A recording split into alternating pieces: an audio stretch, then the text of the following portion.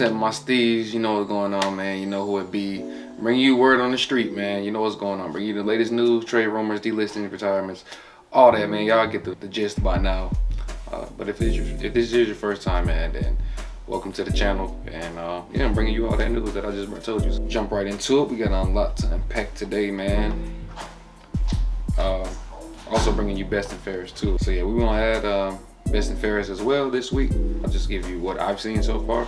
It's probably about half of the league so far that's announced there. So all right. So as far as rumors, bro, got a lot of rumors, man. Collingwood is expected to offer a future third-round pick for Billy Frampton, the forward who played for Adelaide last season.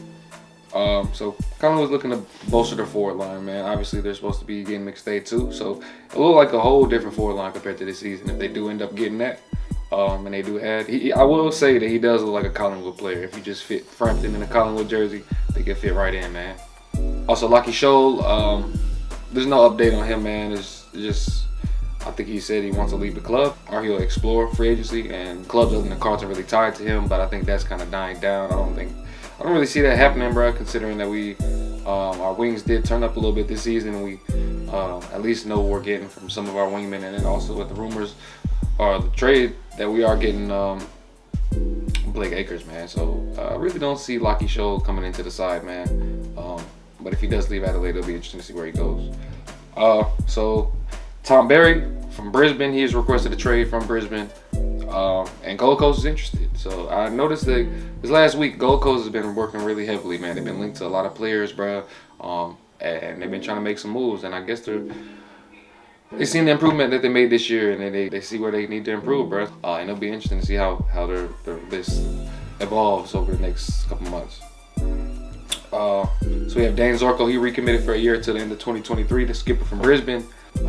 Zorko still has some game in him, man. I don't think he's completely cooked or anything like that. We have Ollie Henry, David T. Jr., as he's known on STEEZ TheDon AFL. He's requested a trade to Geelong. We talked about him a couple weeks ago, man. And he said, and I think I mentioned that he might play with his brother over there, Jack Henry.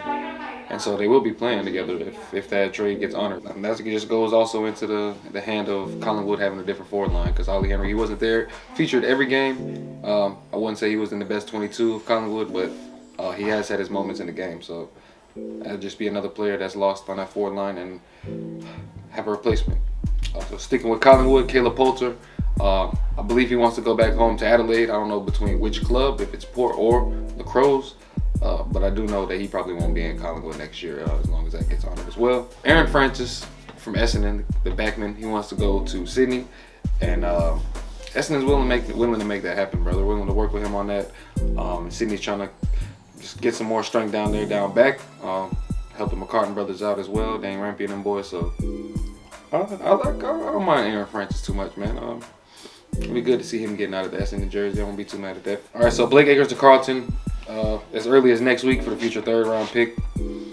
Sounds like a done deal. It's been talked about right when Blake Acres had left his exit meeting. He had his things packed up, like I said, if you watched the old video.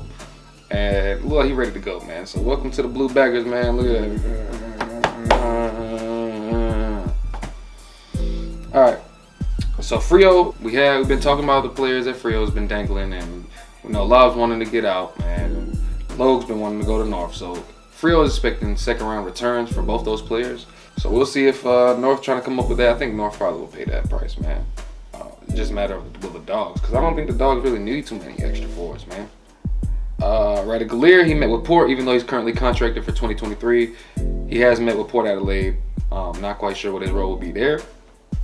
I think definitely more so ruck than any type of forward, because considering they already have the forwards there. But yeah, man. So Gallier and Port, that'll be pretty funny to see, I ain't gonna lie, man. But I think definitely Geelong could weather that, could take that hit if they lose him, man. Didn't play in the grand final. They just had Reece Stanley and Blitzhaus do the work. Anyway, as we all know, man, I'm sure y'all know, Brad Scott, Chris Scott's brother, twin brother, former football AFL boss. He's about to be Essendon's new coach. So congrats to them. Congrats to Essendon. I'm pretty sure they're happy with that, considering what he's done with North over his earlier tenure of senior coaching, if you don't mind. But him, Geelong, and Sam Mitchell and the Hawks all met with Jack Bowes. I'm not sure how to pronounce his name, man. He's looking to leave Gold Coast. Those teams that expressed interest. Brisbane is also interested in him and also interested in the 7th pick that Gold Coast has. So keep an eye out for that. Sounds like he's a hot commodity out here in free agency during the trade period. So wonder who he'll go to, man. I'm not expecting him to stay at Gold Coast, but will this be his first signing as Essendon's head coach, senior coach? As far as Josh Corbett, he had a strong VFL performance last year, and for that, he's met with Freo. He's also looking to meet with Essendon in Melbourne. I don't know if he's already done that or not. From what I've read, it seems like that's what's on his radar so far. I seen him have moments last year, our first year in 2021. I seen him, and I remember him. So if I remember him in my first year watching footy, he made some type of impact, man. So sticking with the Gold Coast train, Braden Fiorini, he's weighing a move to Collingwood. He's not quite sure if that's the right move in his career at the moment, but from what I understand, he is weighing that option up and heading towards Victoria, man, and leaving the Gold Coast. So there's that. His teammate Jeremy Sharp, he met with West Australia clubs. Gold Coast really feels like they're not getting good offers on him, though, so they're really not looking to bite into anything that they've been offered at the moment. So they're looking for people to increase the value, and maybe they'll consider that. But as of now, no traction going for them. Jack Gunston, he expressed his want to go to Brisbane, and that'll be pretty dangerous, man. And it's like a crowded forward line, though, but Jack Gunston will definitely be one of the better ones there. Like, that man's talented, bro. So, oh, man. Brisbane's about to get a heap of talent, I ain't gonna lie, bro. Him and Dunkley, it's like, damn. Okay, so as far as the Luke Jackson situation, we know he's been tied to both West Australia clubs, but Melbourne is looking for a top 7 pick and also a future first on top of that. I don't think West Coast is willing to part with the number 2 pick. Obviously, as we know, that's the pick that they have this year or in the national draft. But regardless, they're not trying to get rid of that. Freo doesn't have a top 7 pick, so it will be. At first, I ain't gonna lie, bro. I thought it was more lean towards Freo, but the more you see, it just doesn't seem like it's a done deal to Freo. And West Coast is just in there, man. They competing to get in the Luke Jackson sweepstakes. All right, Toby Bedford, the player from played with Melbourne. He met with GWS despite a 3-year offer from Melbourne. So the 3-year offer obviously is not something that he just couldn't turn down. He even looked toward going to a Sydney team and playing New South Wales, playing for GWS. So just keep an eye on him. Pretty talented, man. I like what I seen from the little that I did get to see. Jack Graham is pretty funny because he plays for Richmond, and he went to go visit family and said he wasn't about to link with any teams or do any tours for teams, but he was seen linking with Ken Hinkley, the head coach for Port Adelaide. So that's pretty funny that he said that. So I wonder if he would actually leave or what that was about. So you got Lockie Hunter, 2 years left on his contract, but it's unknown whether he's going to be staying at the Dogs or whether he's about to explore his options to go elsewhere. So he'll have to get traded. But I don't think he's the best. He's within the best of the midfield. I don't think he's in the best 22. So I think for his best bet is to go ahead and leave, man, and to see where you can get traded, see where you can go, man. Miller Bergman, his future is uncertain. I don't think he's going to stay at North, though. I think he wants to leave. And Adam Tomlinson expressed interest to go to the Western Bulldogs as well. The backman who tore his ACL in 2021. So those are all rumors, man. So as far as moves that have definitely happened, though, we got Carter Michael and Blake Coleman for Brisbane. They signed 1-year deals to the end of 2023. Jackson Pryor also extended for Brisbane till 2024, so a 2-year deal. You have Jordan Ngoe, which is probably the biggest one so far, 5-year extension for Collingwood. Ended up not going to the Saints, and he's committed, man. It's been interesting because I did hear something about him rejecting a behavioral clause that allowed Collingwood to terminate the deal whenever they want to, and I'm not mad at him for that because you could just, based off perception, you could do that based off being in your feelings, and I wouldn't agree with that. But I guess they came to a conclusion, man. I don't know if he bit the bullet and ended up signing it with that, or if he ended up getting some amendments made to the clause or to the contract. So you know, these contract details aren't too open to the public. Might not be able to get that information for you. But for the Hawks, Emerson Jekka and Tyler Brockman both signed for 2023. So 1-year deals. Carl Amon is probably the second biggest one right here. He signed a 4-year deal with the Hawks, and the Port Adelaide, they'll get pick 27 in this draft as compensation. So the wingman from Port, man, he's sliding over there at Hawthorn. I think he'll make a good addition over there, man. I ain't gonna lie. They got McInnes over there who did a little tag job as we seen earlier in the year on the wing, man. So that'll be what they trying to cook up over there, Sam Mitchell. Got my eye on you, my boy. Also, all 1-year deals for the Saints that have signed were Mason Wood, Tom Highmore, Tom Campbell, and Jack Paris. Tom Papley, Never mind, that's probably the second biggest deal. Re-signed Swan for life, 2028, man. So yeah, he's gonna be there. He's locked in for a while, man. All that hope for him going to Carlton, all that's dead and out the window, man. He's signed for his future, man. He's signed up.